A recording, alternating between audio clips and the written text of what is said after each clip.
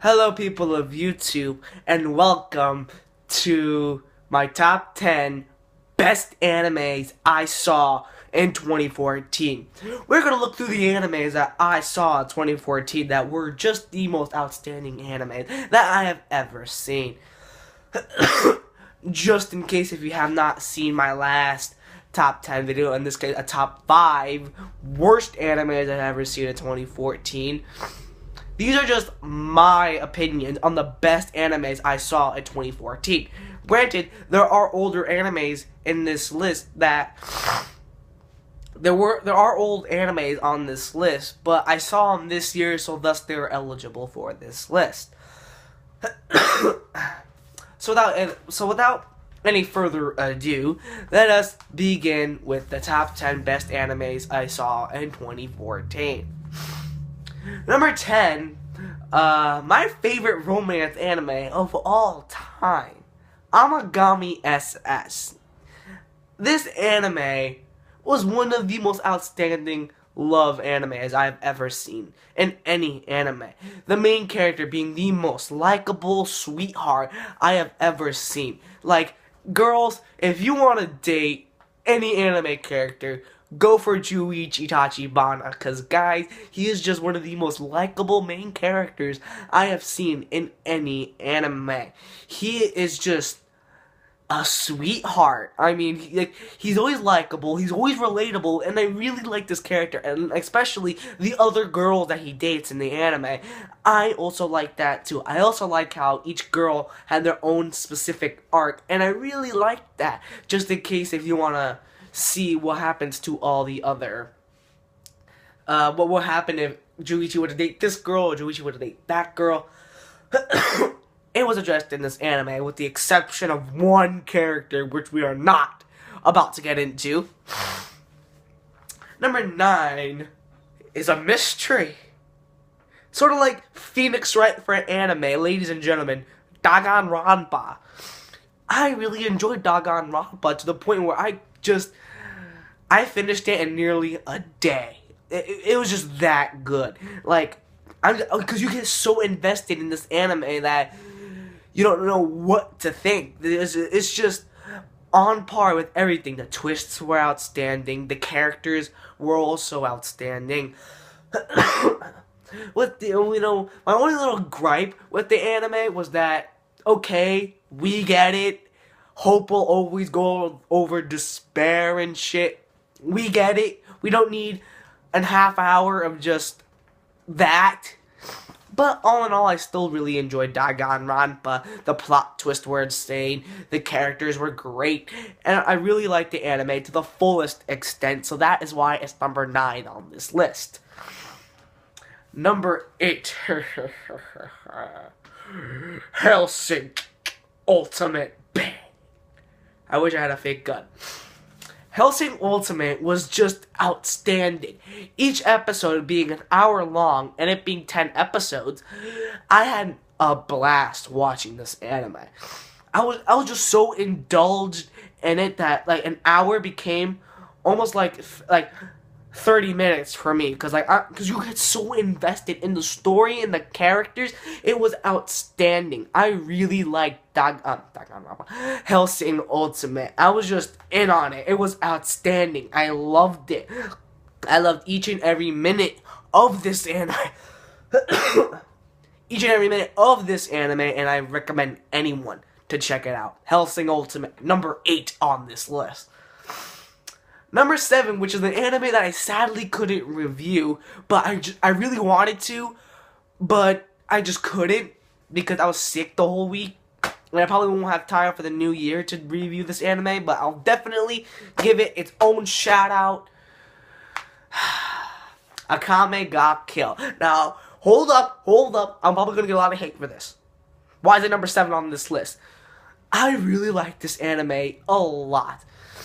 You know, and I get the whole, there's a fan base out there that would rather recommend us reading the manga instead of the anime. But that still goes without saying that I really did enjoy Akame Kill. I found it has a moral to it. The anime has a moral. It's to never judge a book by its cover, because the nicest person could be the craziest. The meanest lookingest person could be the nicest. The weirdest looking characters will be the wisest. I really like that moral. It's just that it gives you such a breath of fresh air that, yes, this is what we need. This is an anime that I just thoroughly enjoyed. Granted, they rushed a few scenes in this anime, and I would recommend the manga a little more than the anime, but I really still did like the anime. I found the characters to be relatable. They were all well done. The main antagonist was just in there. She was amazing. Shout out to S-Death, because she is amazing. And if I were to give it its own score, it would probably be a 9 out of 10. Because granted, there were a few scenes rushed, and I hear they didn't really follow the manga. But that still goes without saying, the anime is still fantastic. I recommend it to any of you who have not watched it yet. Number 6, which is an anime that just barely gets any recognition, Ride Back. Now, you might be saying to yourself, well, what the fuck is Ride Back? That's the thing. This anime has no attention to it. Like, this anime, barely anyone knows about it, but I really know about it, and it was crazy. The main character, Ogata Rin, Ogata Rin, I love her. She is, I love this girl. She was just fantastic each and every single episode. I found her to be relatable. I found her to be daring. I found her to be one of the most strongest female protagonists in any anime. I really liked her character. I liked her kind, sweet side. And I really liked it. It's a damn shame that no one knows about this anime, because I really liked it. I loved it to the point where it's on this list. It's number 6 on this list. And that's why Ride Back is number 6. Number 5, Tokyo Ghoul. Yes, this anime, like a Amagami Kill, they didn't really follow the manga. Now, granted, I have not read the manga yet. I'm waiting for season 2. Season 2 is supposed to come out next month. In this case, tomorrow, beginning the new year. And hell, it has its own release date too. It comes out January 9th of 2015, but I'm just gonna wait until it finishes. But still, I did like Tokyo Ghoul. I found it to be interesting, and I felt like the first season was just an introduction to the characters.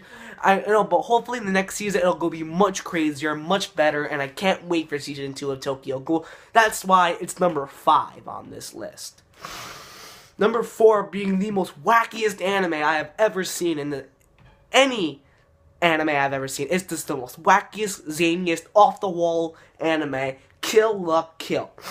I mentioned this anime a lot, and I still do.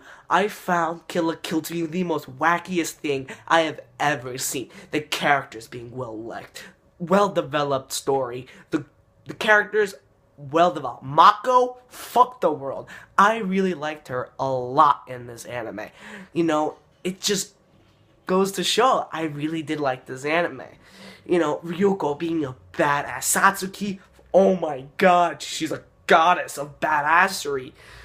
I really like this anime a lot, and that is why it's number 4 on this list.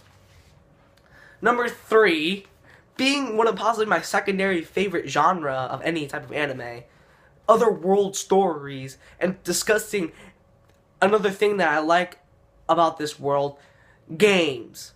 Which, you can probably think games, you might be thinking no game, no life. That is right.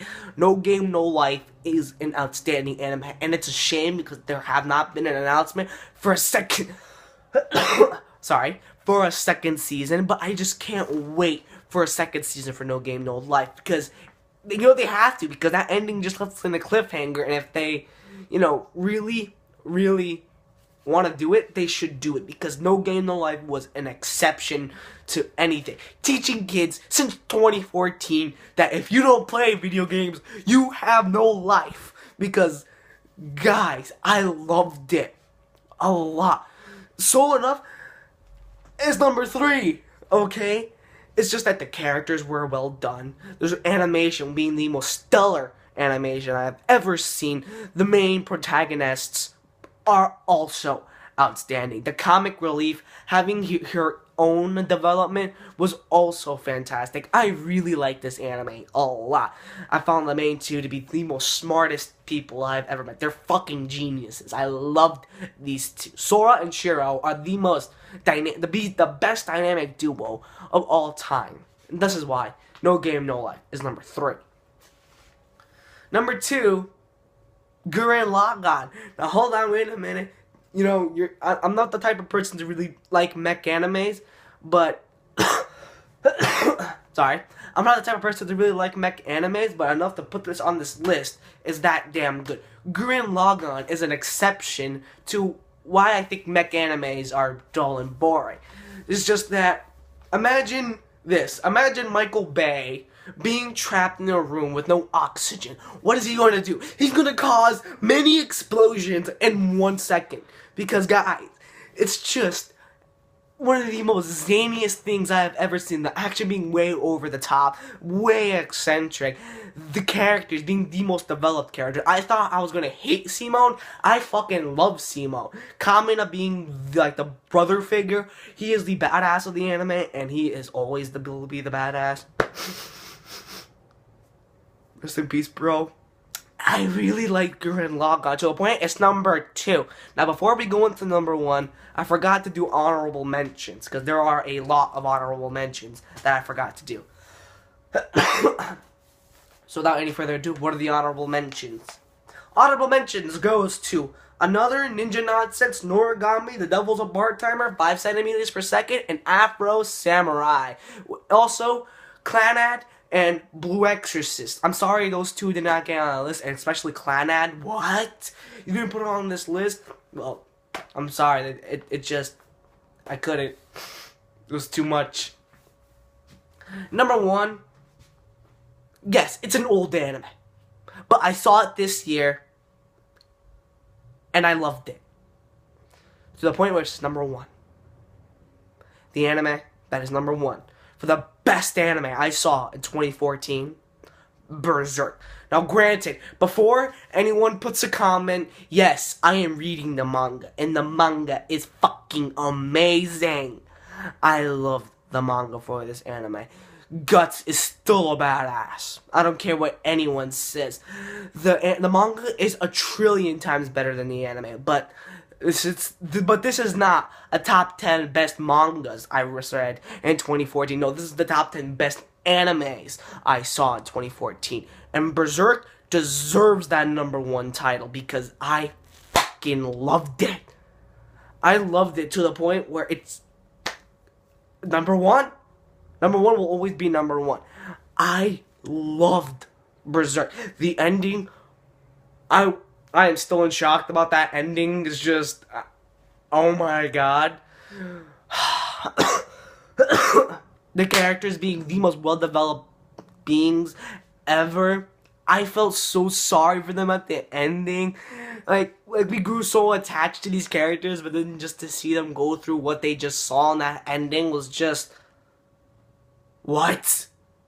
Like, I'm not gonna go any further beyond Berserk because I've never seen such a great anime in my life. And yes, I'm reading the manga. The manga is like trillions and trillions times better. Times infinity, it's better than the anime. But that does not go over the fact that the anime was still stellar, and I fucking loved it to death. And that will conclude the top 10 best animes I saw in 2014. What were your favorite animes that you saw in 2014? Leave a comment.